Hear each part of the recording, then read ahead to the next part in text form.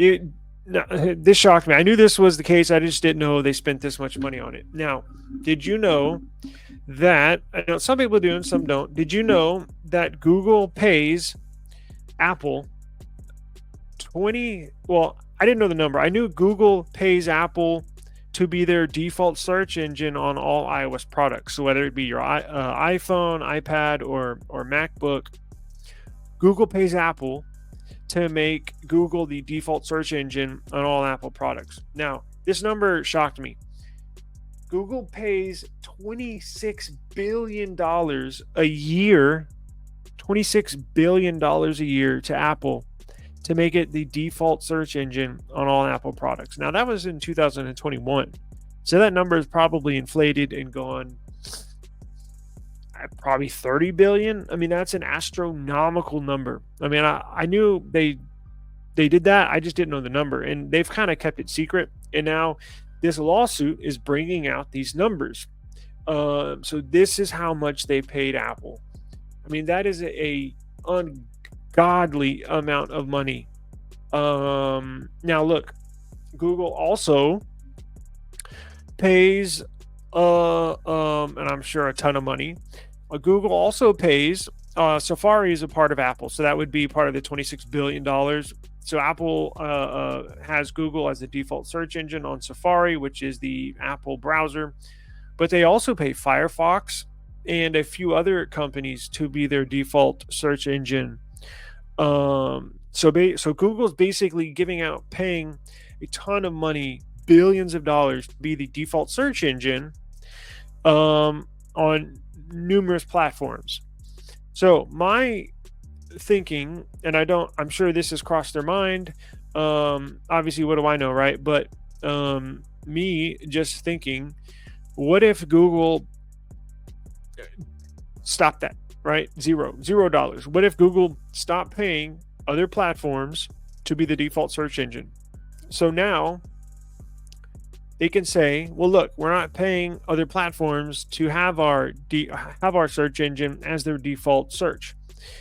That would allow the consumer of other platforms, meaning Apple iOS products, to basically have their choice of use whoever they want to. Because it kind of does look like, after seeing this, that Google is forcing these users of whatever mobile device you have to force. Now, you can change it in settings, but you and I know the average person is not going into settings and changing anything. The average user is just using what's on their phone. You and I are far different. We go into the settings, deep down into settings, and change all sorts of stuff. The average person, our parents, our aunts, our uncles, are not doing that. They're just using the phone that they get or their laptop that they get. I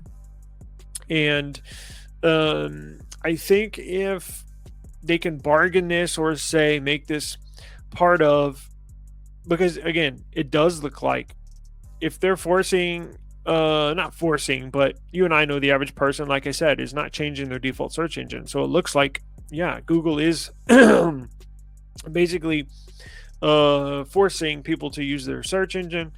So if they stop doing this, just cold turkey, not even cut back, just stop completely, and actually have, whether it be Apple, now they would force Apple, they would make their own search engine. Now, that's part of the reason why Google pays Apple to be the default search engine, is because they don't want stiff competition from Apple.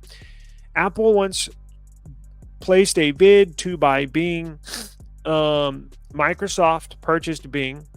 Microsoft won the bid to buy and use Bing and implement it into their Microsoft software.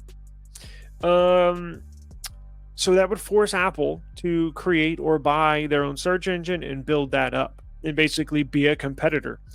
I think that would allow for more competition, and it would make it look like you're not forcing users to use Google, which I think has a part to play in the monopoly case. I'm not a lawyer. I'm just looking at it from the outside in, but that is my number one thing they can do, just off the top of my head, that looks logical. Now, it also helps people. It also helps Google. Everything's tied in together with Google using Google Maps, right? And it's implemented into Google Maps. That's how they have their traffic And if you can tell if there's a traffic jam, you could turn that setting on into Google Maps. That's how it knows what the traffic is like, because it's tracking your phone, which is in your car with you, so it knows how fast the speed limit is on each road, and it knows how fast you're going along with the person in front of you and the person behind you. So that's how they tell traffic, right? So it would affect that. It would also affect search results and data that they store on your device ID. So all this is tied together, but I think this would help their case. It would also force Apple to create their own search engine, which would create competition. So those are just my thoughts. Something to keep an eye on, and check in. We will.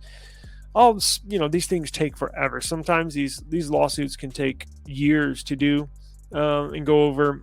They're always delaying stuff, so I'll keep an eye on it. And if any more interesting stuff comes out, I'll definitely report on it and let you know. So please subscribe, and so you can be up to date on the Google antitrust case versus the United States government. Now,